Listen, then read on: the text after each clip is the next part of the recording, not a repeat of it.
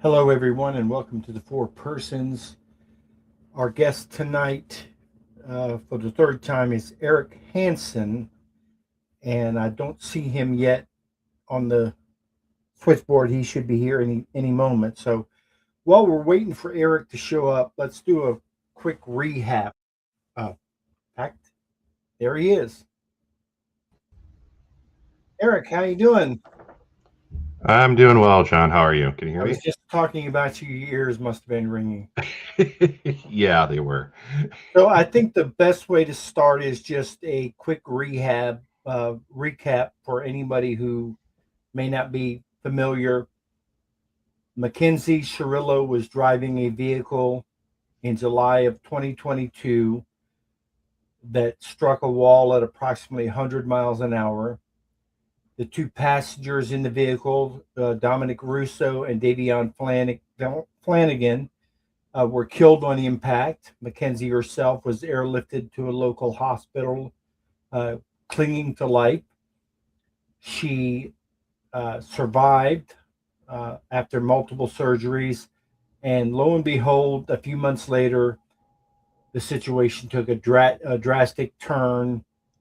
And why don't you pick it up from there? So yeah, you're correct. Everything you just said was correct. Um, Several months into the investigation, November 4th to be specific, Mackenzie was arrested, and that was after an arrest warrant was obtained based upon the evidence that had been collected by the police regarding this case. And so she was arrested um, on November 4th during a traffic stop. Um, and she was taken to the local holding facility for processing. And that's where she remained until the bind over hearing and trial, where she was later convicted, and currently she is incarcerated at the Ohio Reformatory for Women. Um, so that's sort of a very short recap of what's going on with her and where she's currently located. Um, After she was convicted, the day she was convicted, that's where I became aware of her case. And uh, it was simply through a TikTok video.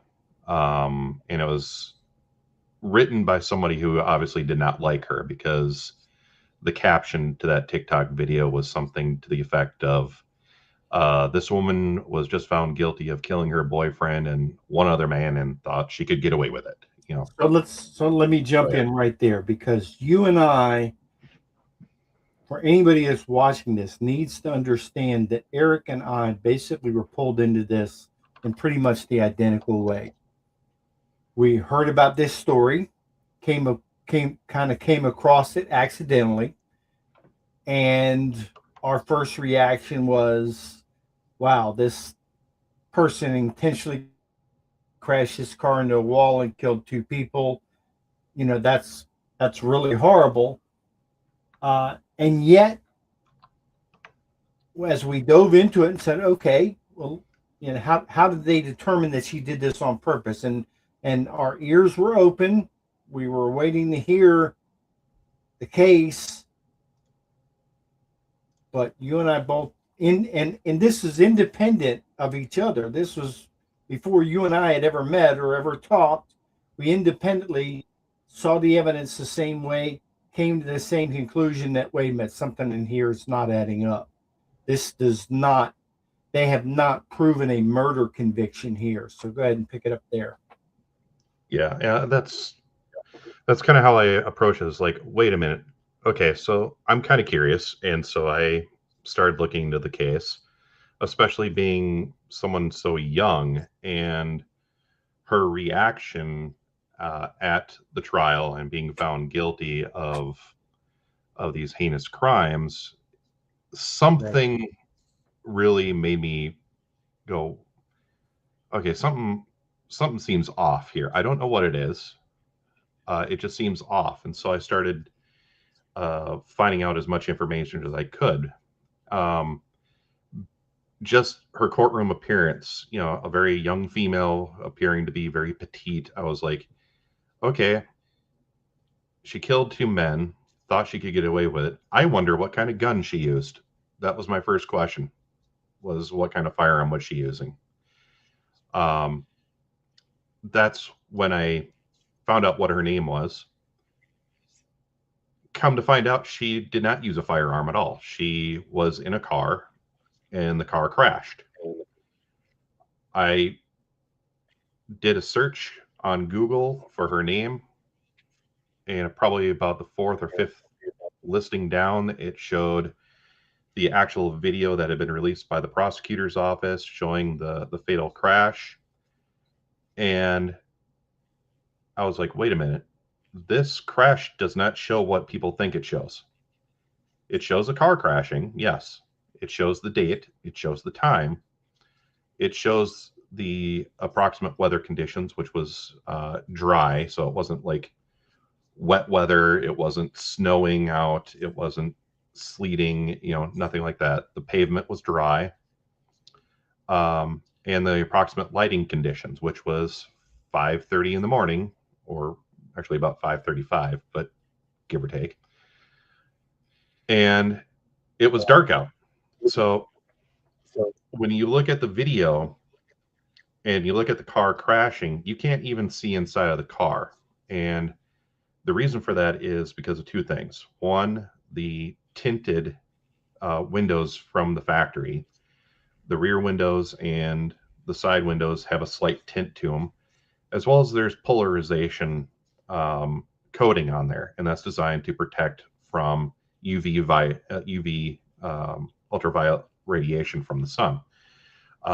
It's just a protective coating, but the problem with that is, to the human eye, it looks transparent, but to some of less advanced cameras, it appears like the window's painted completely black. You can't see in. So if I can't see into the car and I can't see even the basic pieces of equipment inside of that vehicle, like the rear seat headrests, how are we supposed to determine if this is intentional or not? Simply a car crashing does not prove intent. It has to be more than that. Because you can do a Google search. Anyone can do a Google search, and there are plenty of videos. And I used one in a previous conversation that we had, John, of a car crashing in Garfield, New Jersey, where it shows a car speeding up onto a sidewalk, almost hitting a pedestrian on that sidewalk and crashing into various items, including light pole, planters, things of that nature. Again, you could say, well, that was intentional. That driver intended to run that person over. Well, no, you can't make that determination. So what made them think that this was done on purpose? That was a question that automatically came to mind. And they said that they had a witness that said she had made a threat to crash this car 2 weeks earlier, and that there was a toxic relationship between Dominic and Mackenzie. And they played a video that was a phone call that Mackenzie and Dominic had. Going back to the witness who claims that he saw or heard this threat, there is a small problem with him, and that problem is he is not a very reliable witness. His name is Christopher Martin, and when you're going to rely on a person to provide you with testimony that is going to be crucial to your case, you really need to make sure that that person is above reproach. They have to. Let me interrupt for a second here, Yes. because there's two ways that this witness was not credible. Mm-hmm. And I want to make sure you cover both of them. Yep. Okay. And the first way is that he had somewhat of a checkered past that would definitely impugn his reliability, his honesty and his reliability.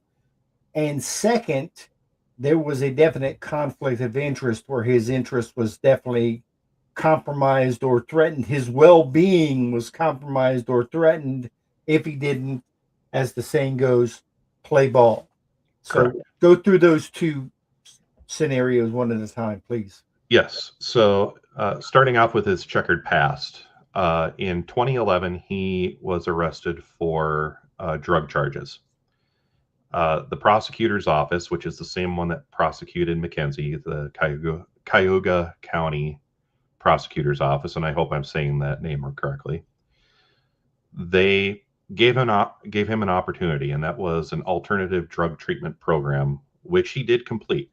Now, if that was it, then fine. I wouldn't really be making a big deal about this. However, in 2017, he was arrested again, this time for carrying a handgun in a holster without a permit and for driving around town with that gun in the holster instead of being properly secured.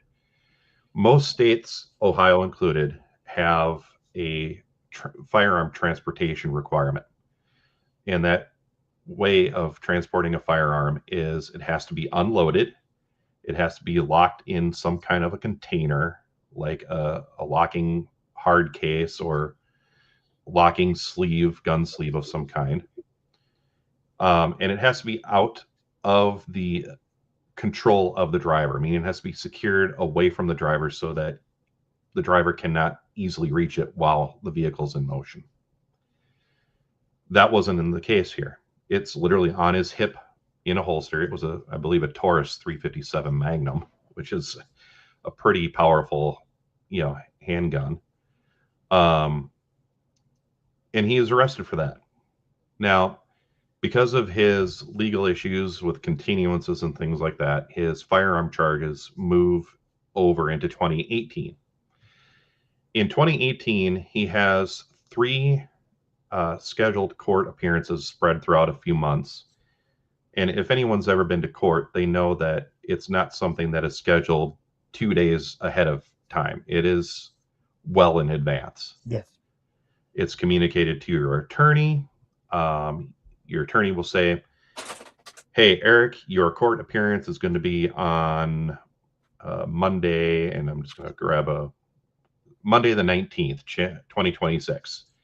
Your time at the courthouse is going to be 1 p.m. So I better be there on that day at that time. Well, he did not show up for those court appointed, those scheduled appointments. So the presiding judge issued what is called a capias, or bench warrant, for his arrest for failure to appear. Now, I'm no legal scholar, but when a court judge says, I'm arresting you because you failed to show up for court, to me, that seems like it's a legal definition and example of saying, we don't trust you enough to show up on time, so we're going to make sure you do the next time you show up. That's why you're going to jail. So, and this is not once, it's not twice, it's at least 3 separate times. Not the most reliable person to put such credibility on. Eventually, he does plead guilty to those charges, and he is listed now as a felon. One of the legal representatives, who was one of his attorneys during this time frame, was Christine Russo, Dominic Russo's mother. Dominic Russo being Mackenzie's boyfriend. Now, just in case any of you might have missed that, this is the mother of one of the deceased victims from the car crash.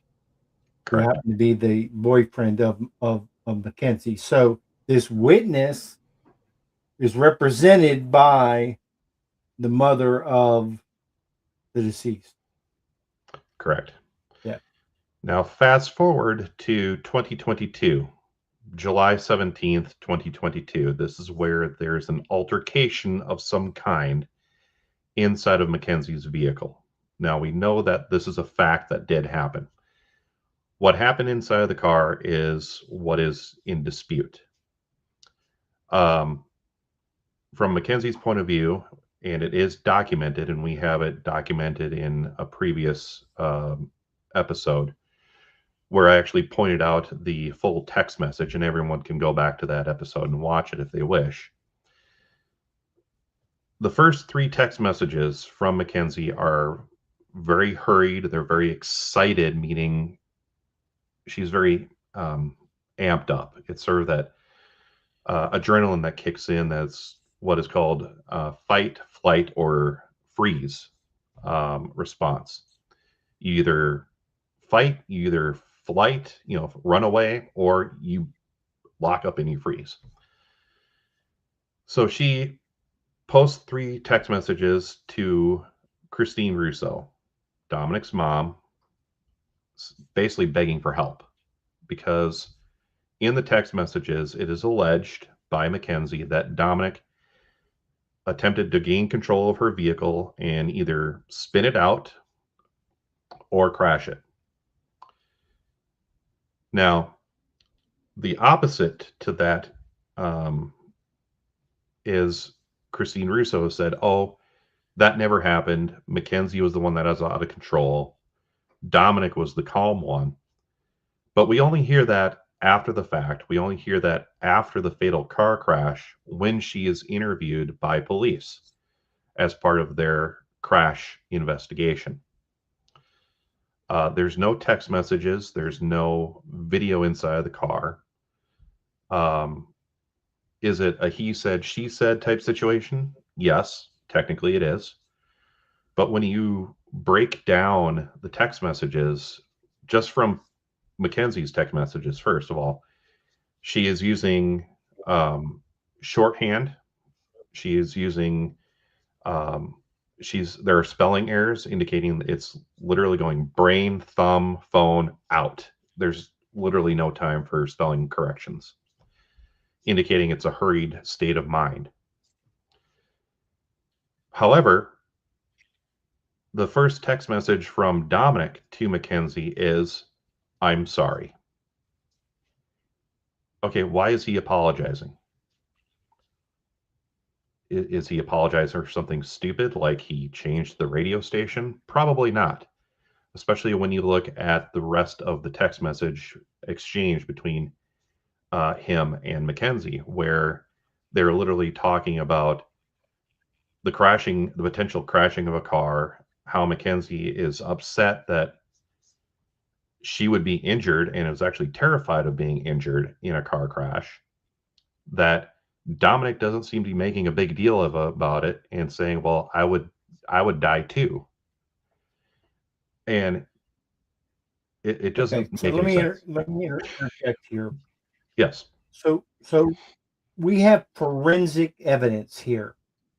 Forensic evidence here that the conflict on the 17th of July, 2022, that we have forensic evidence that would support that Dominic Russo was the aggressor in that conflict. Yes. And yet we have this witness who is saying just the opposite. He's saying Correct. that Mackenzie was the aggressor. Mackenzie was threatening to crash the vehicle. Now, does he produce any type of corroboration, maybe another witness or any kind of anything in writing or any kind of evidence whatsoever? So the answer to that question is no. There is no independent witnesses that he is able to give names to the police so that these independent witnesses can be interviewed by police. He does not offer audio recording. He does not offer video and audio recording of what he claims he observed. Right.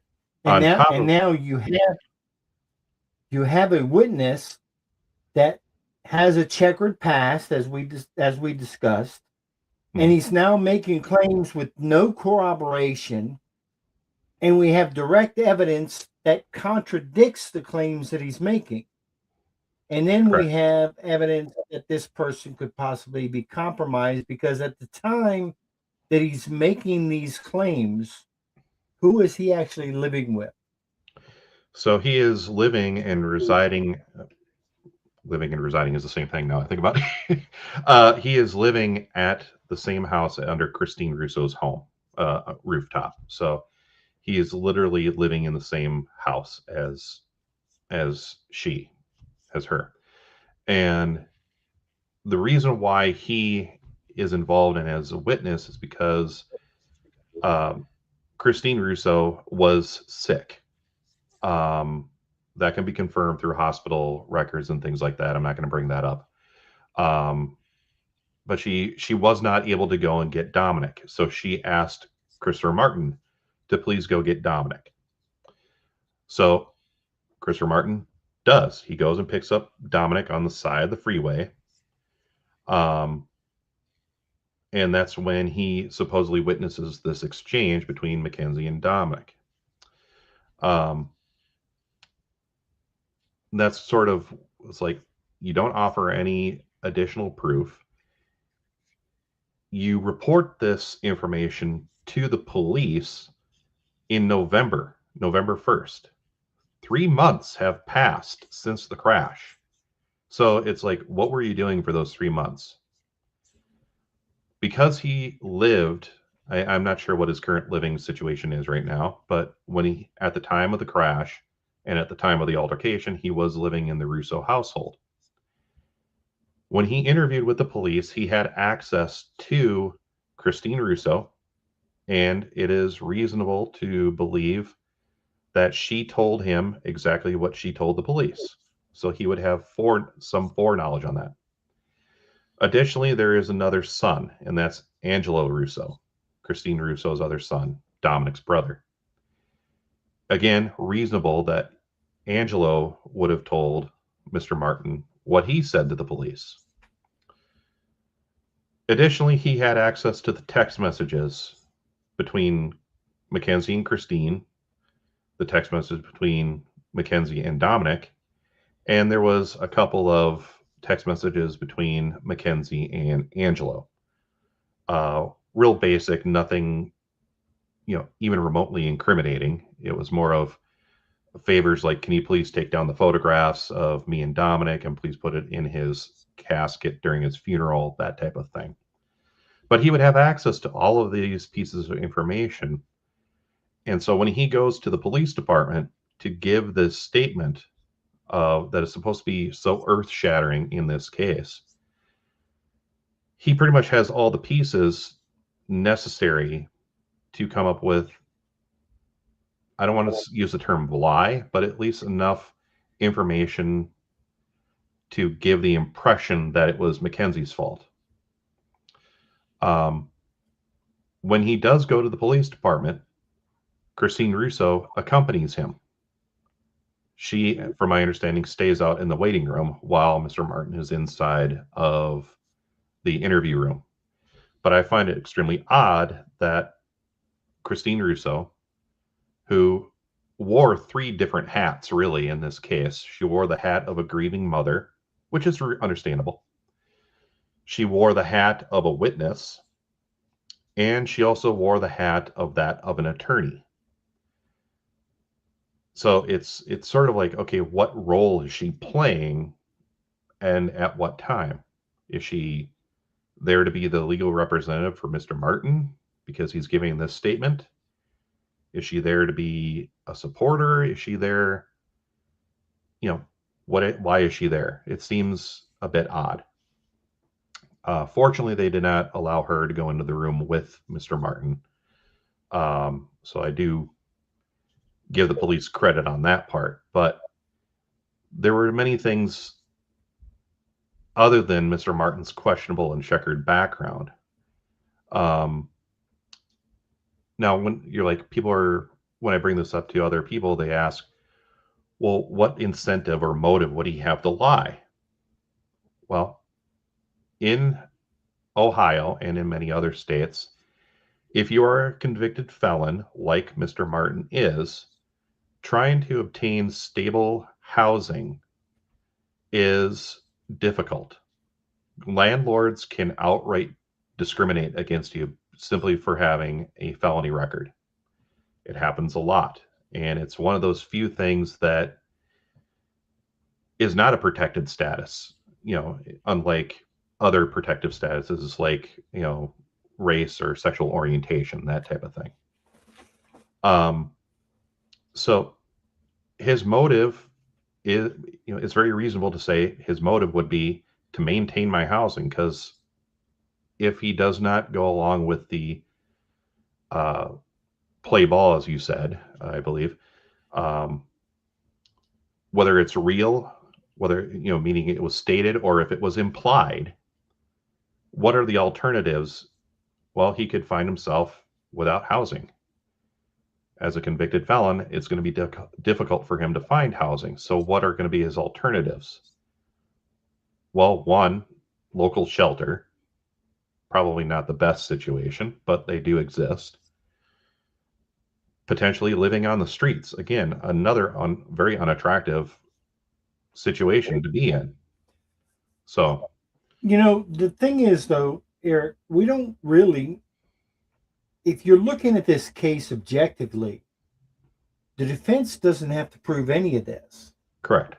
All the defense has to prove is that he is a questionable witness, that there is potential conflict of interest, Mm-hmm.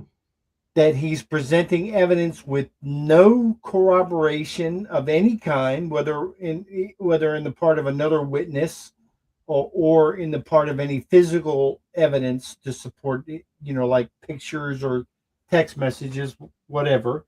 Mm-hmm. And then on the other side, the evidence that is contradicting what Christopher Martin is saying is physical. We do have physical, tangible, readable evidence that was directly taken from the cell phones. Correct. Eric, if you're a judge in this particular situation, the ruling on here is a slam dunk on which evidence you're admitting and which evidence you're not admitting. Am I right? Is it that clear cut? To me, it is, yes, because one is you have physical, tangible evidence with dates and timestamps, and those are the text messages. It's empirical evidence. Yep. And then you have another person with an extremely questionable background who, by the court and prosecution's own admission, several years previously was completely, utterly unreliable and untrustworthy. So now we're going to trust him to be our star witness? That seems a bit odd. It seems like he told them exactly what they wanted to hear. Now, there's a thing called corroborating evidence. If he came in and gave that information and then provided, if you don't believe me, here's video that proves what I'm saying. Okay, fine. Then we're not actually relying too much on him and his statement. We're actually going to rely on that video, but he doesn't bring anything like that. So now we're relying on someone with a very questionable background, and it does not make any sense to me. And here's the other thing, Eric, that an angle that I don't know, maybe you haven't even looked at this angle, is that Strongsville's not that large of a town, okay? And a small town, word gets around, okay? So if this altercation happened on July 17, and he comes forward with this information on November 4, you said? November 1st. November 1, okay. Yep. And with that, November 1st, he comes in and he gives the statement. And based upon that statement, that's when prosecutors move forward to obtaining the arrest warrant, which they served on November 4th. Right. So we're to believe that between July 17 and November 1, Christopher Martin didn't talk to anybody else and say, well, I was there when Mackenzie said blah, blah, blah, blah, blah, and she threatened she was going to crash the car. And you would have had a line of other witnesses at least corroborating that, yeah, Christopher Martin told me the same thing, that that he showed me the text You, messages, whatever, but you don't have any of that, do you? no, you would think that would be the situation of 3 months had passed, you know, people talking left and right about this case. And from my understanding with people who live in the area, not any family members themselves from any of the parties involved, but people who live in that area, this case has really torn the city apart, where one side is for Mackenzie, the other side is against her. Mhm. And this is one of those things where with Mr. Martin and what he brings to the table or what he doesn't bring to the table is certainly questionable. Then there's also the questions and tactics on the investigating officer and what he did or should have done that also raises red flags as well. Um, so if I could touch on that, I'd appreciate it.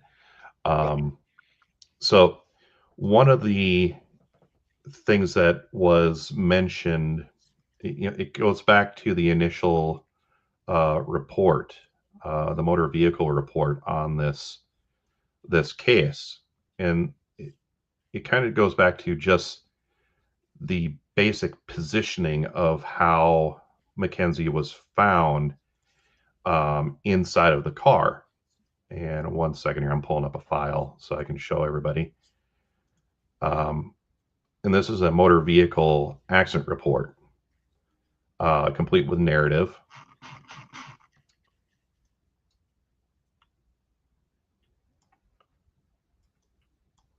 One second here. All right.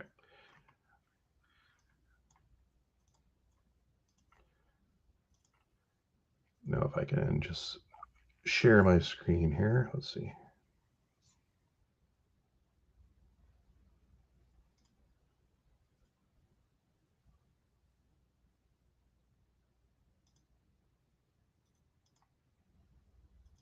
Is it allowing you to?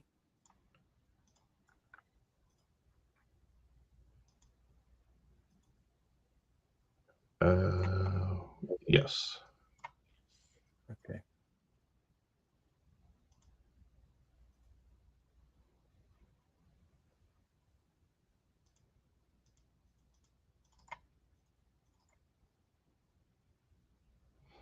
And it's processing. Okay.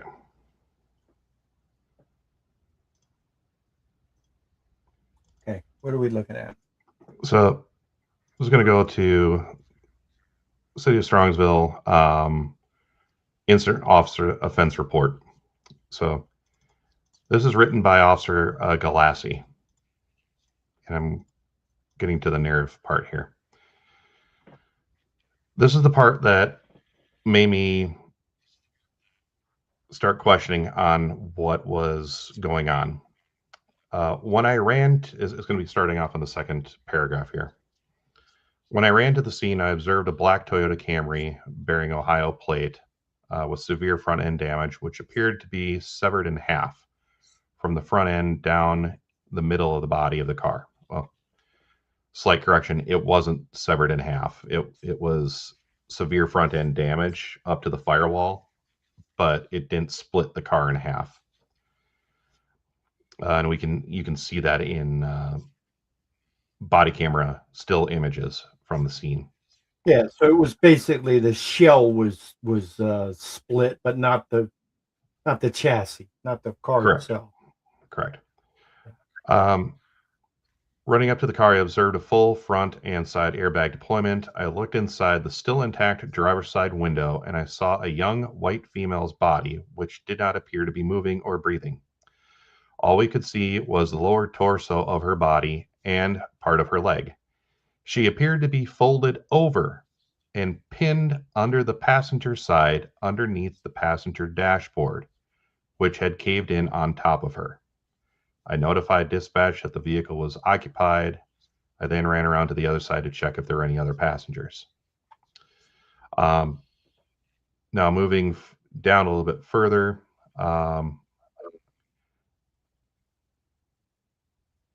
down to the very bottom of the page, paragraph, it says, "We were able to cut away the airbags and get to the female driver. The driver was alive and appeared to be breathing, but her upper body was still pinned underneath the passenger dashboard, which collapsed on top of her. We were able to make out sounds of her mumbling. I immediately notified dispatch that our driver was breathing and to ask SFD, or Strongsville Fire Department, to step it up. I also advised them that we needed full extraction on all 3 occupants of our vehicle."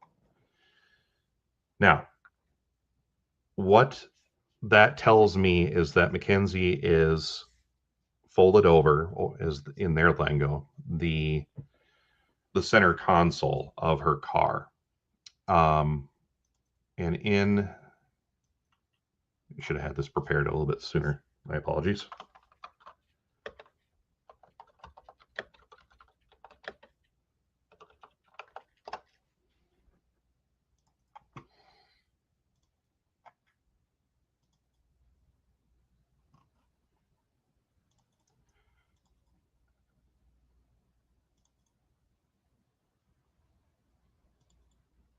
And share screen.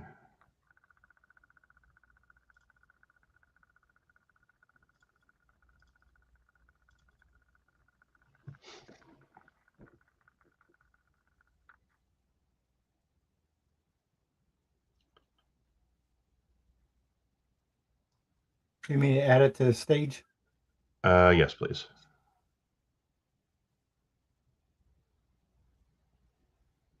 Oh, I have to remove the other one. Okay. All right. So this is a picture of a 2018 Toyota Camry from U.S. News and World Report. So something that very reputable site. So this is what essentially is inside of Mackenzie's damaged vehicle as we speak. So here's the center console. Here's a gear shift lever. It's on the center console. Steering wheel, passenger side. She was folded over this. So her upper body was underneath this part. And when you think about this car crash, and you can, the viewers can go back to the previous episode and see the video of the car crashing, or you can actually just Google it too yourselves. Ask yourself this question: at what point in time is there significant damage done to the vehicle that would push this portion of the car down on top of someone? Is it going through the sign that was on the lawn? No. That thing is just made out of simple thin sheet aluminum and plastic. It would have to happen when the vehicle impacted with the corner of the building. So if she is trapped under here, and the dashboard is the only time it receives enough force to push something down is when it impacts with the building. She would have to be in that location before the impact. Correct. She would have to be on her side. And if we think of basic physics, if we remember basic physics from high school, anything in motion stays in motion and at the same speed unless acted upon by another force. So when the car is rapidly slowing down because of the impact, she's still flying forward at the same rate as the car was going. So if you take a look at how she appears at the time of the crash, she's a very petite girl. In fact, she was noted as being under or being malnourished, and if I remember right, in the report, indicating that she had essentially skin and bones. Now, for guys like me who have more muscle mass and a little extra body fat here and there, the energy from a crash gets absorbed by those tissues. Well, she has none of that. So all the energy goes directly into her skeletal structure. If she's laying on her side and she slides forward, Where about in on her body would this be if you were to take a guess? It would probably be More in the mid. rib cage. Hmm? More in the rib cage area. Exactly. Yep. And that's the exact injuries that she sustained in the crash. She had 3 broken ribs on her right side, number 8, number 9, and number 10. She also had a lacerated liver. Well, if that not, and as you can see, that gear shift lever, that's a pretty hefty piece of equipment right there. That's going to cause some injuries. And if she's underneath this and she can't be just picked up by police and moved out, they had to use mechanical tools. That means she was on her side at the time of the crash.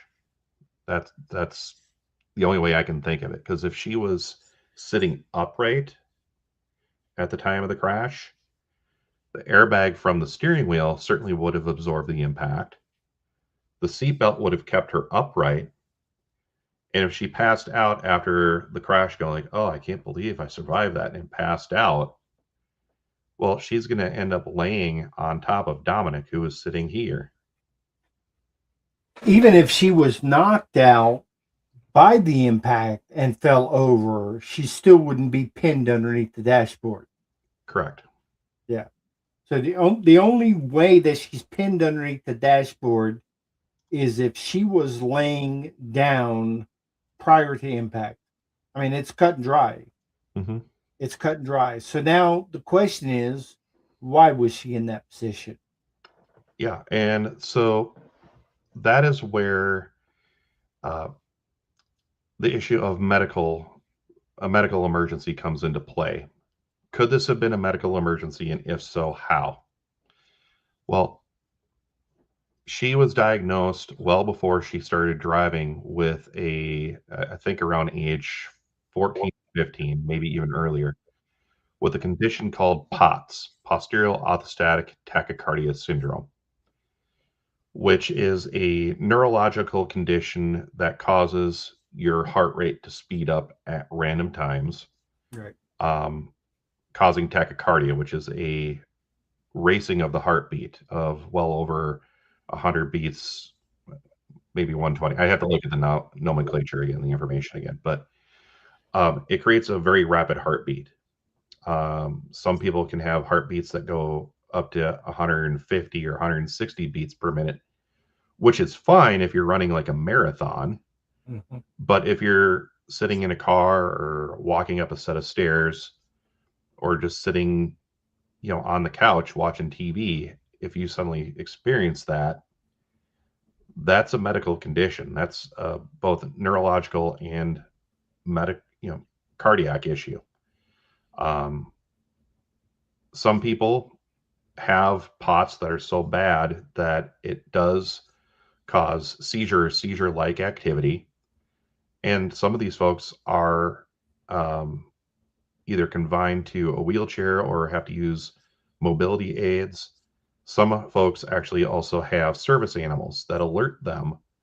Now, Eric, in this type of a situation where you have a severe seizure or episode such as that, it's going to have a dramatic negative effect on a person's blood oxygen saturation level. Am I correct? Yes, you are correct. And Especially and that when is exactly what we find when she was extracted from the vehicle, right? correct. Her blood pressure was very, very high. I don't have the stats right in front of me, but they were higher than normal, much higher than normal. Her blood pulse oxygen level, her oxygen saturation level in her blood was at 82%. Which Now, is just that frighteningly low. it is. And for those people who don't know what that means, anything um, normal breathing that you are doing at your computer or at work, you're not feeling lightheaded, you're just taking in oxygen, I'm exhaling like normal. I'm sorry, you broke up there. Oh, We had a little sorry. bit of break up there, and what you're saying here is so important. Oh, no, it's not you. It's the signal just broke up for a minute. But what you're saying is so important. Please repeat it. Yep. So normal oxygen levels for people sitting at their desk or on the couch, not feeling lightheaded, is going to be anywhere between, at the lowest, 96%, but it should be right around 98 to 99, maybe even 100% oxygen intake. And she's at 82. She's at 82. 80, anything below 85 is considered basically get your butt to a hospital now type urgency. Yeah, life-threatening. When it gets to 80% or lower, creates a problem called hypoxia. Hypoxia is just a really fancy word for oxygen starvation of the body. So your organs are starving for oxygen. So things can start shutting down. Kidneys, liver, other body organs can start shutting down due to lack of oxygen. When it's at 82%, that's borderline. But here's the problem with pulse oximeters, and I use them very frequently at work as a first aid CPR AED instructor and a member of our department's emergency response team. These devices have a plus or minus error reading of about 2%. So if you take that factor into consideration, her oxygen level could have been as low as 80% or as high as 84%. 84 is a little bit better, but it's still dangerous. Now, by the time she gets to the hospital, she's improved. Why? Because when she's on that transport helicopter, they have started supplemental oxygen on her. That's no doubt. That's an automatic given. Whether it was face mask or nasal tube, that I don't know. Is probably an oxygen mask because that's easier to change out and use. But when you start introducing pure oxygen, it's going to raise that O2 level in the blood. Thus, you're going to start feeling better by the time you get to the hospital. So by the time the doctor who testified at her trial said, "Oh yeah, when I got to see her roughly 2 hours after the crash, she was alert and she was talking, and well, of course she was. Oxygen had been introduced. It's sort of like, okay, take a goldfish, take it out of the little bowl of water, hold it in your hand. He's gasping for oxygen. Okay, you put him back into the water. Yeah, his vital signs have improved. Why? Because you gave him oxygen. So Right. That's a real basic premise, but I think it gets the point across. Without oxygen, what happens? We die. Let's quickly summarize here. Yes. We have someone who has been in a car crash. There are two fatalities. Mm-hmm. The person is pinned underneath the passenger side dashboard, which indicates that she was in a prone position prior to impact. The fact that her ribs are broken from the gear shift supports that.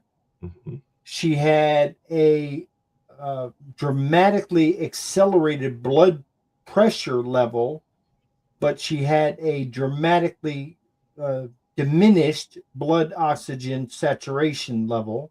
Mm-hmm. Okay. All of these three things point strongly to a possible medical episode, and they fit the characterization, they fit the profile, if you will, of a condition that she had been positively diagnosed with. Correct. So you have a previous diagnosis, and these are symptoms that could result from that diagnosis, from a medical episode caused by the diagnosis. If you are sitting on a jury, at a minimum, there's doubt here. Mm-hmm. There's doubt here. Yes. Now, from a legal perspective, the entire case for the prosecution hinges on one very questionable witness, the testimony of one very questionable witness, and the physical, medical, forensic evidence all points in a different direction. Mm-hmm. So explain to me how we get a murder conviction out of this. How does this happen? Overzealous, I think, is. I feel that some of the data that was collected was blatantly ignored, which unfortunately is. It's unfortunate that it happened. I think it's actually a violation of Brady versus Maryland, in which prosecutors and police have a moral and legal responsibility to look for evidence in a impartial manner, as well as if there's evidence that could lead to exoneration, that has to be taken into consideration as just as much as evidence that would lead to the belief of a wrongdoing. There's one of the pieces of information that was obtained by the police is our two potential destinations for Mackenzie and Dominic. The first one, and I'll just pull it up here on the screen if I can.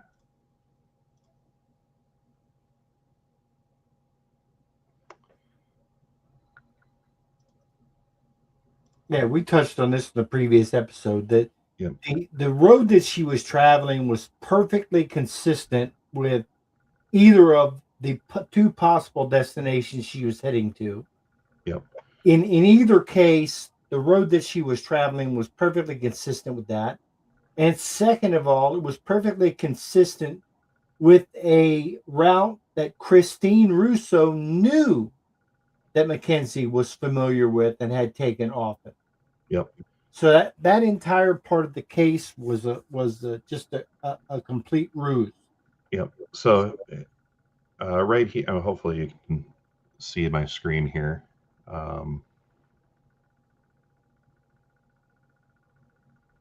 Okay. So this is an interview with Kelly Verrera on. This interview was on August 9th.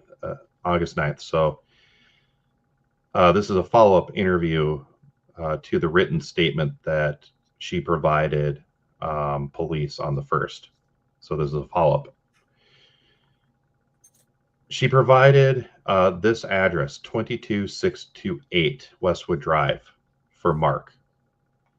Now, when I took that address from the starting point to that address, I was given three different route options. One of the routes described and was listed as a priority because it had less turns or whatever, is identical to the route that they drove that morning. It's the same route that Mackenzie drove. It literally told me to take the same route.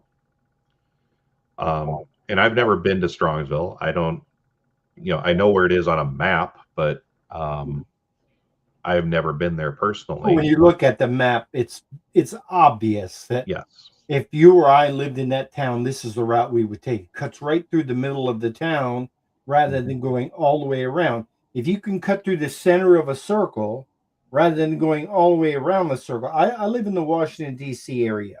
Mm-hmm. Okay. And the Beltway around the Washington, D.C. area is like almost 70 miles, 66 miles. Okay.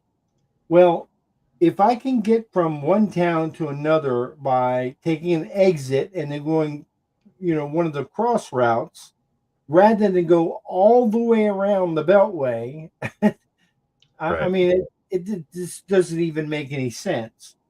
So to say that I'm going to go west for 66 miles to get to a destination that's 1 mile east from where I'm at is just nonsense. I'm going to take the the shortest rate, the most direct route. Mm-hmm. Eric, I want to kind of move things along here Yes. because I mean we've already been over this, Mm-hmm. and I want to be clear that you and I, neither one of us are soft on crime. Mm-hmm. We don't believe in that. We believe that if we believed and the prosecution proved that Mackenzie Shirilla killed these two young men, Mm-hmm. neither you or I would have any problem with her being sent away for life. We wouldn't have any issues with that. Okay. No. Our issue is not on the nature of the crime. It or the nature of the tragedy. Two young men were tragically killed here, and that's Mm-hmm. a horrible, terrible thing. And our hearts go out for the families. The problem that we have here is that you prosecuted someone on a double murder charge, found that person guilty on a double murder charge, and the evidence isn't there to support it. Now, the thing that really bothered me the most about this case, and I was just thinking about this earlier today, the thing that I could not figure out is why did they decide to go with a bench trial rather than a jury trial? That that's still a question that I can't answer. And I the think they only reason that I've been able to come up with, the only thing that I've been able to come up with, because to me, and tell me if you think I'm wrong here, if this trial goes to a jury where 12 people have to vote unanimously to convict, Mhm. there is no chance that Mackenzie Shirilla is convicted. There is no chance you're going to find 12 people that are going to convict based on the evidence presented here. Mhm. Now, the only reason that I can think of as to why they would have decided to go to a bench trial rather than a jury trial, and you just hear me out here and tell me if this makes any sense at all, is that they believed the case was such an absolute slam dunk that the prosecution literally had nothing, which they did literally have nothing, and that a bench trial would be faster. It would be her quicker path to freedom. Now, that's the only logical way to go for a bench trial rather than a jury trial. And I'm sure if they had it to do all over again, that's a Mhm. mistake that they would change. But other than that, can you come up with any logical reason why they would have gone with a bench trial here? Uh, your explanation sounds pretty accurate to how I think it would have occurred. However, um, I also think it was because of maybe they were putting in a little bit too much faith into the attorney that represented Mackenzie at trial. I know at multiple stages, Mackenzie herself was asked, um, do you still want to have your current attorney representing you? And the more I think about it, I wonder if that was supposed to be a clue by the judge to Mackenzie saying, your attorney is not doing that good of a job. Say something. But at the same time, it's possible that fear may have said, yeah, he's representing me, because of this overwhelming situation. I mean, she's no legal scholar, neither am I. Um, and it may have been some rudimentary fear of if I say my attorney is doing a horrible job representing me and he's kicked off the case, I now have to represent myself. How am I going to do that? That that is the only thing I could think of. And now she may And have. she was 17 years old, impressionable teenager, Mhm, and her attorney is probably reassuring her, you have to trust me.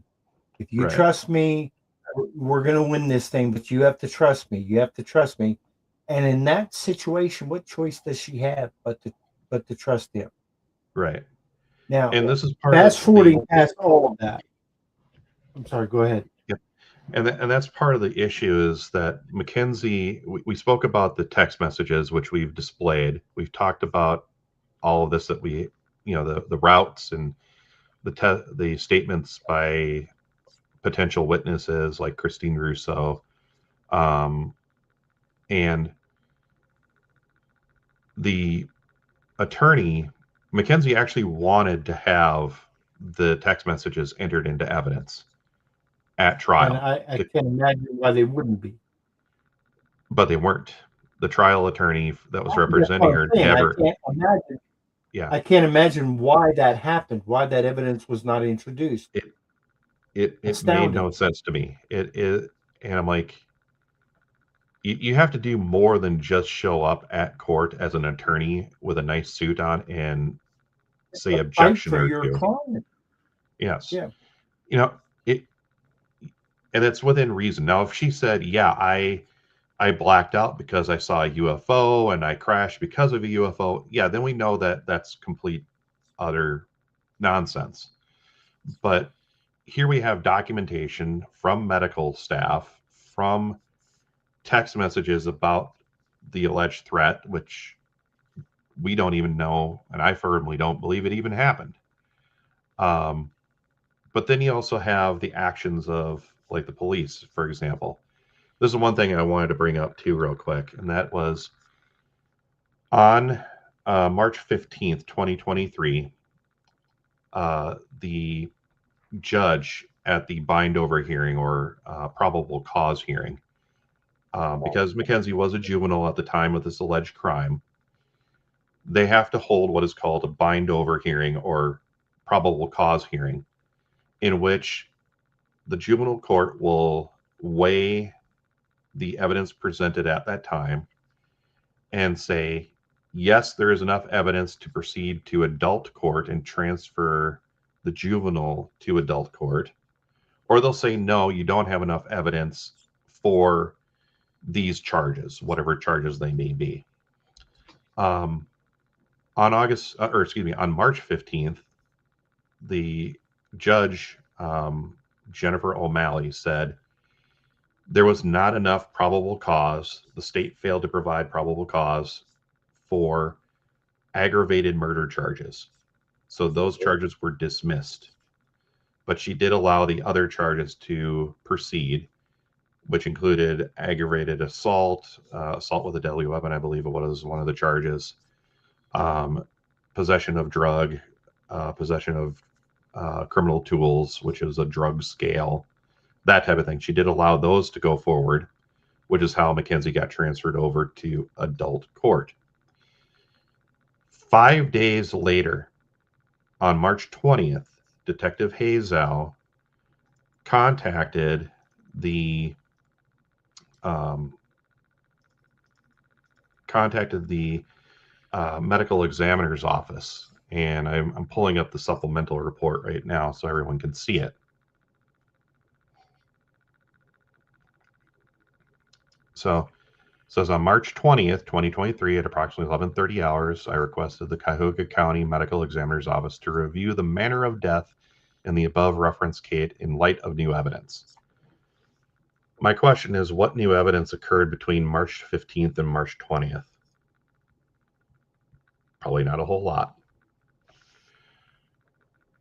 And in the statement here, it says on Wednesday, April 12th, at approximately 11:37 hours, I received a phone call from Dr. Fellow, a forensic pathologist at CCME, informing him that a secondary review, the manner of Davian and Flanagan and Dominic Russo's deaths was changed from accidental to homicide.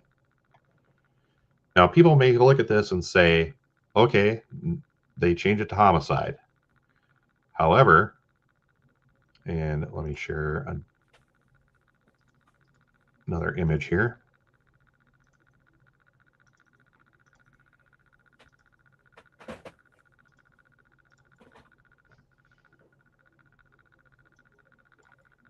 And it's now up.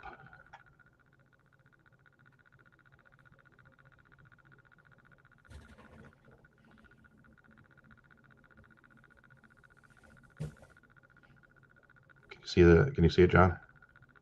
I have to remove the other. Okay. Oh, there we go. Okay. So section 313.19, coroner's verdict for the legally accepted cause of death. Let's just go through this real quick. The cause of death and the manner and mode in which the death occurred, as delivered by the coroner and incorporated in the coroner's verdict and in the death certificate filed with the Division of Vital Statistics, shall be the legally accepted manner and mode in which the death occurred, and the legally accepted cause of death, unless the Court of Common Pleas in which the county in which the death occurred, after a hearing, directs the coroner to change his decision to the cause and manner and mode of death. So when we compare that to the report and request, That didn't happen here at all. correct, they sidestepped the courts.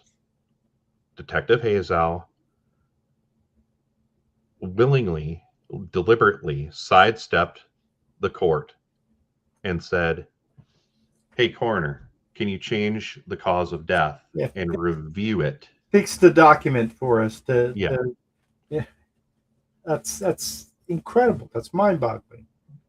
That is, to me, misconduct. Yeah. Blatant misconduct Yeah. on by a police officer. That is unacceptable. He's tampering in the case. Absolutely. Now, I know from other documentation, the prosecutor has tried to defend this by saying, well, the medical examiner has the legal right to change the cause of death because, and they cite a case where a person had died. The cause of death was listed as undetermined or unknown. I think it was undetermined and then it was later modified to say homicide. Well, that's a completely separate issue. Undetermined is a legal definition of I have no idea how this person still died. Investigating. Yeah. We're still trying to figure that out. Yeah. Think of, I'll just use a basic example. Think of a housing development going into an area that was undeveloped. During the housing development building, they find skeletal remains, but they don't find everything of the skeletal remains. They find part of the skeleton, but pieces are missing, including the skull. And later they find a skull with a bullet hole in it. Correct. Exactly. Yeah. Well, now we can modify it and go from undetermined to murder. Yeah. That makes sense. But here, for over 5 or 6 months, I believe it was, Dominic and Davian were listed as accident, which does make sense concerning neither one of them were wearing their seatbelts in the car. But now here we're trying to sort of stack the deck against Mackenzie. No, you sidestepped the coroner. Now, if the coroner had said, we'd love to, but we need an order from the court, then fine. I wouldn't be complaining about this. Or if the coroner had, of their own volition, said, well, you know what, we've now reviewed the evidence and now we've changed our mind. It wasn't an accident. It was a homicide. If they had come to that conclusion by themselves, but with the police officer putting this pressure on them to change prompting them. Yeah. So would they, the way I look at it is, would they have done anything if they were not prompted to do so? No, they wouldn't have, because they would consider the case closed because they had already made a ruling. Here they were prompted by the police to amend their own records, and they did it, and it was in direct violation of this law. This is this is an example of planting evidence, if you will. This is like putting the gun in the victim's hand and saying he was the shooter. Right. The same kind of thing. So, Eric, I want to fast forward now. Yes. I know we're short on time. Yep. So we brought everybody up to speed about what transpired and how we got to where we are now. So now the main reason why I brought you on tonight is apparently something has changed. So and there's hope for Team Mackenzie. Explain what has changed. yes, so her legal representatives, they filed a what is called a post-conviction relief appeal, in which documentation is submitted to be reviewed as if it was submitted at trial. Those items that were include the text messages that we talked about.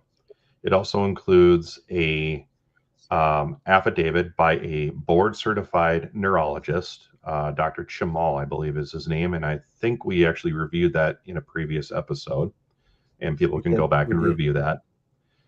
Along with additional information, I think including the map routes and things like that, and an affidavit from Allison Gerlow, I think is how you pronounce her name, who is the owner of Allison Superfoods, which was the second destinational possibility, which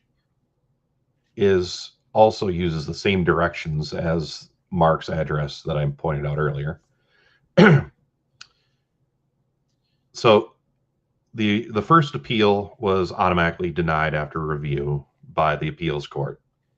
That was actually expected, because at the first appeal, all they are looking for is the process. Was all the processes followed? Do they think, in their opinion, Mackenzie was properly represented, etc.? They said conviction upheld. So the next appeal was to the Supreme Court, but also at the same time, the post-conviction relief was filed. The Supreme Court decided to not hear the appeal, and so it went back to the lower court. And then the day after, Judge Russo said, "You submitted the paperwork too late, so therefore I'm not even going to look at it, and case closed." Well, now they have filed an appeal to that decision, saying, no, we actually got the paperwork and the post-conviction relief information to you on time within the appropriate schedule. And now the appeals court will be hearing that here in a few weeks. So there'll be oral arguments on that step of, did you or did you not get the post-conviction relief paperwork into the court in the allotted time. So that's where we're at right now. So that should be as easy as looking at a calendar and how much time from conviction day to that type of thing. And that's where we, on the pro Mackenzie side of things, have our fingers crossed that the appropriate decision is made, and the appropriate steps, which is hopefully either the post-conviction relief is considered, or even they just say, all right, heck with it, we're going to just go ahead and do a whole new trial with a jury, which is something I would prefer to see myself. But if it involves a post-conviction relief, and they look at the post-conviction relief and say, okay, yeah, there's more than sufficient amount of paperwork and documentation here from a medical standpoint that would allow for reasonable defense under the Layman v. Hanem rule, which is the sudden medical emergency doctrine for driving a motor vehicle, in which basically you have to prove that the condition was sudden and unexpected, which in this case it would be. An example where it wouldn't be is if you take medication that would knock you out and you decide to go drive and go get a pizza and you fall unconscious. That type of thing. This was sudden and unexpected. There's no threat that we are aware of, except from the one person with very questionable background. And that's all they have. Yeah, they do have a series of angry text messages. Yes, there is a recorded phone call where Mackenzie was very upset. But if you also step into her mind for a moment, put yourself in her shoes, if I'm breaking up with my boyfriend and I live at the house. Murder is a high bar to clear. I mean, I've been very upset at people. I've been angry at people. Okay. Mm-hmm. But being angry at somebody and murdering them, that's a big step.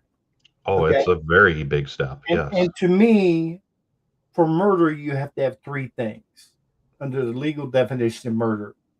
You have to have motive, intent, opportunity.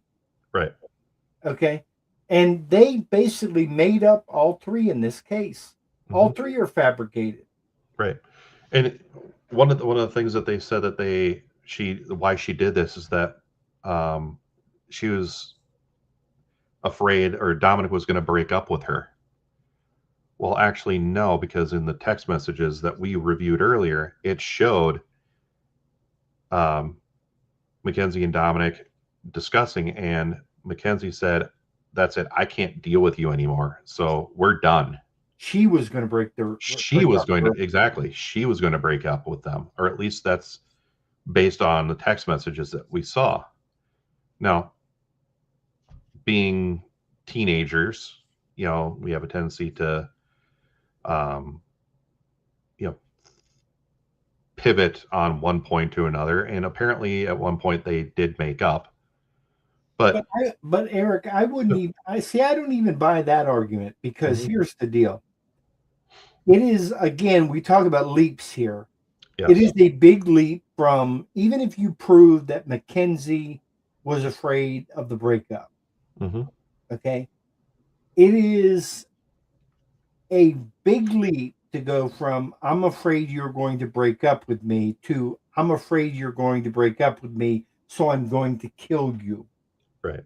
You have to have a little bit more than your own imagination to get to that kind of a jump. And there's absolutely nothing that they have that supports that her mind was going in that direction at all. And testimony, or I don't want to say testimony, but statements to police, we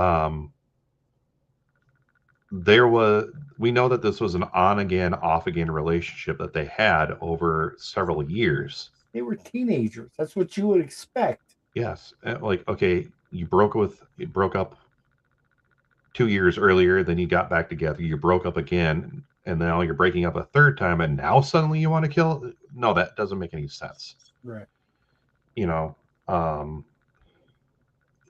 It's a very, like I said, a very strange case. I know that there are a lot of anti-Mackenzie folks out there. There are some new pages and Facebook pages that are out there that are anti-Mackenzie, and they're constantly reading about text messages that were obtained from, and I have to laugh at them because they're saying, "See, she's a narcissist." I'm like, yeah, you're also reading a text message from when she was 15 years old. That has no bearing on this case. Okay. She might be a narcissist. Okay. I don't know Mackenzie Shirilla. Mm-hmm. Okay. I don't know her. And none of this is based on what I know or think of Mackenzie Shirilla. I don't know anything about her. For all I know, she might have been the biggest spoiled brat that ever set foot into a high school. I have no way of knowing that one way or the other. That doesn't make her a murderer. Right. And I what's very scary here, Eric, is that people are missing the bigger picture. Mm-hmm.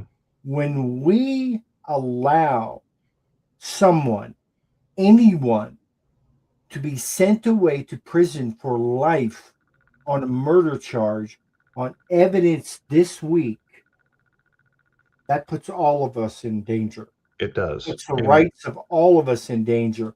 We have to insist on that high bar that our founding fathers insisted on, and that is innocent until proven guilty beyond a reasonable doubt.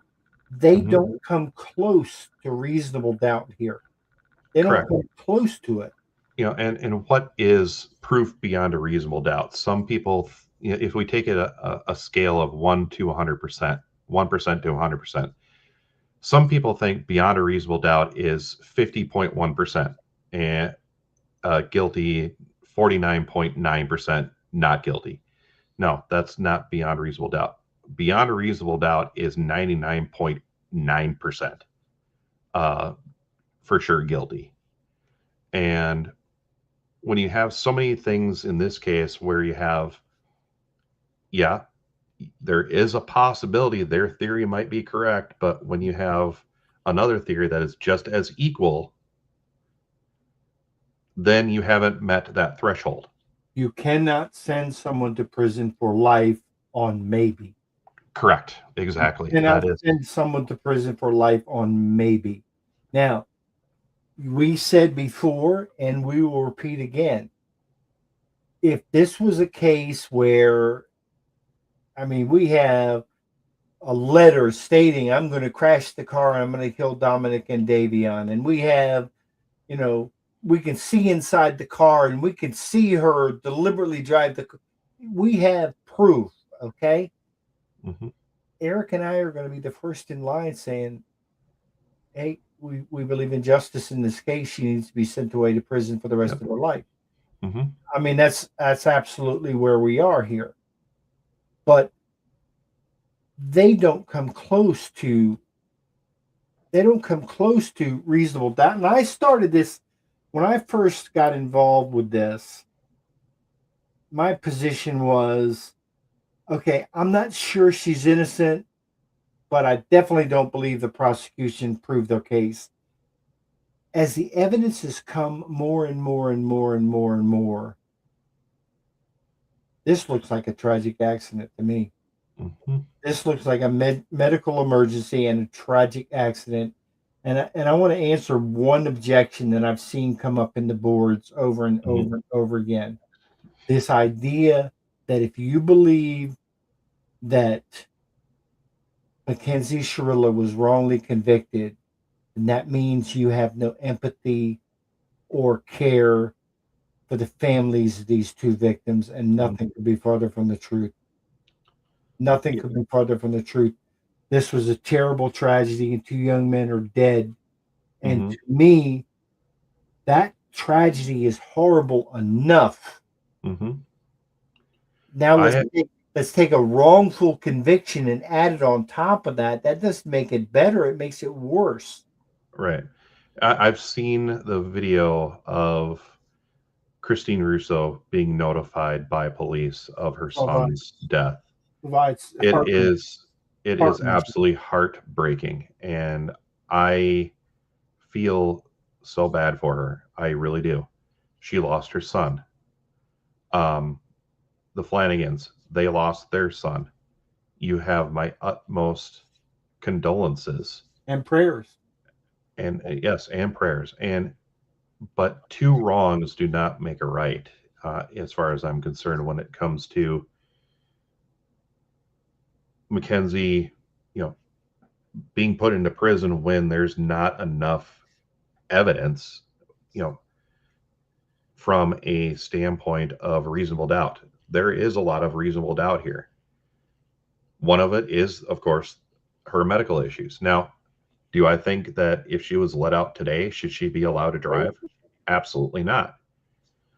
If she was allowed to drive, there's going to be some things I will insist upon. I think you would be, you know, with me here, and that is one, she has a complete neurological and cardiac and physiological checkup and study for at least 6 months by trained doctors or I whatever don't I requirements don't there have would any be. problem. I don't have any you know, problem with taking the extreme step and saying, "Let Mackenzie, it's just too much of a risk. We yeah, cannot ever let you get behind the wheel of a vehicle again. There's just too much risk here." I don't and have any problem with that. that would be fine with me too. Because, but you know, if you were going to give her a chance, I wanted to make damn sure, and seizure free for Okay. over a year. There are people who are epileptic who still are able to drive, but they are a very, very, very strict set of circumstances before they can even get behind the wheel of a riding lawnmower, let alone a car. So but yeah, do I think she should drive right now? Absolutely not. Um, and like I said, she was diagnosed with this condition before she was even driving. We don't even know if her doctor even brought that up. Like, okay, Mackenzie, now that you're driving, you got to be more careful. You got to be aware. We don't know if those conversations even took place. Um, it's just one of those things of, like I said, reasonable doubt. It exists. So all we can do is wait and see as far as the next steps and what goes on then. What is your sense of ultimate outcome? Do you believe that Mackenzie will eventually be exonerated? I In your believe she heart, will what be. is your My heart says that she will eventually be exonerated. When and how, I don't have those details, obviously. But in my heart, I do believe that eventually there will be a common sense review of all this data by someone who will be like, wait a minute, this isn't right. Something, and we need to correct it. That type of thing is what will take now place. that could to me that could come in two ways. That could come in she's granted a new trial. And I'll say this right now, she's granted a new trial and it's a jury trial is a slam dunk. Mm-hmm. It to me it's an absolute slam dunk. There is no way a jury of 12 men and women convict on the evidence that they have. There's no possibility that you're going to get 12 people that are going to agree that there's enough here for a murder conviction. That's number one. Mm-hmm. Possibility number two is that you get the governor or someone like that to step in and say, okay, you know what, this was a wrongful conviction. Mm-hmm. We're going to do a pardon or a commutation of sentence or something like that. Do you Yeah. think that that's a reasonable avenue? Um, I know that the state of Ohio has that system set into play as far as who is recommended for some kind of pardon or governor intervention, like you mentioned. Um, what that entails, I know, is fairly detailed. So I don't think that's a high probability or high chance. Um, it might come down even to a potential federal court ruling too. That it might, if it goes to, say, she loses this state appeal, it could be appealed to a federal court, and they might look at it and say, yeah, there might have been a due process issue or something like that, where they would order it back and order a retrial that way of some kind. Well, I think So, the judicial and prosecutorial misconduct that you talked about mhm, certainly is an avenue there. yes, That she was denied her equal protection rights. Just before I let you go, yes. how are the parents doing, and have you been in contact with them? So I'm in contact with them on a very limited basis. So I will keep um, my comments brief because of the conversations I've had with them. I want to keep private and personal. I know that they are very overwhelmed. Obviously, they are very concerned about their daughter, and um, they just really appreciate the support from people like you, like me, and other supporters. So I won't divulge anything more than that, other than. Well, if you get an opportunity to speak with them again, extend them my thoughts and prayers, and the thoughts and prayers of everyone involved in the four persons is pretty much on board with me. Everyone Mhm. that's looked at every single person that I know that's looked at this has said, "No, wait a minute, this is not right. This Yeah, is they don't." So, if you would, if you do speak to them again, extend to them our thoughts and prayers, and that we'll support them in any way we can. I know that they would appreciate all the help from everyone involved. I don't want to pretend to speak for them on their behalf. Obviously, I don't want to take words out of their mouth, but they're very overwhelmed, and I think that's a very reasonable expectation. Anybody would be in the Um, situation that they're in. exactly. Yeah. So um, I don't want to say any more other than that, but Yeah. so Well, I mean, it sounds like things are at least, moving forward. The process of things are at least moving forward, and hopefully there will be a new trial, and she will be exonerated, because this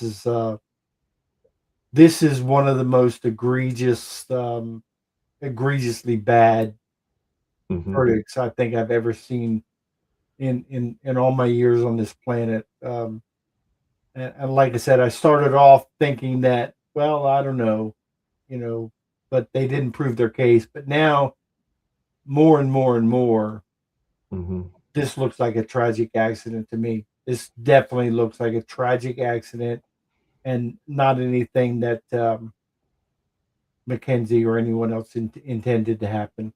Well, God bless you. I appreciate you for coming on again. Well, And I appreciate the opportunity, John, and everyone at your organization for everything that you guys do. And so, yeah, uh, I, I, I constantly am an advocate for Mackenzie. I try to speak about her case to anyone who's willing to listen. I've had people who don't want to listen, and that's They unfortunate. they politely tell me what they think of my opinion in a very impolite way. Yeah, and So, that's unfortunate. yeah. When people are like, why are you advocating for that horrible person who killed those two people? Well, Mhm, we don't quite see it that black and white. We don't see, we see you are entitled to your opinion, and you may believe that she did this, but we don't. Real quick before you go, give your. yep. I know you're involved in a group that's doing a lot of good work, so give them a plug real quick. So I'm part of uh, a support page, and that's the Free Mackenzie Shirilla Facebook group. And they are supporters. That's where we obtain and post a lot of the. I don't say we. I shouldn't speak on their behalf. I'm not an admin, but that's where the admins post a lot of relevant data to Mackenzie's case. That's where I was able to obtain the text message documents that were shown in a previous broadcast. And so, yeah, that's where everything supporting her is coming from. Make Um, sure you can feel free to share this broadcast with them or with anyone else who might benefit from it. And again, thank you for coming on, Eric. God bless you, and then Happy New Year. Thank you, John. Appreciate it. And Happy New Year to you too. Get some sleep. I know you must Def- be tired. Definitely will. All So, right, bye. bye.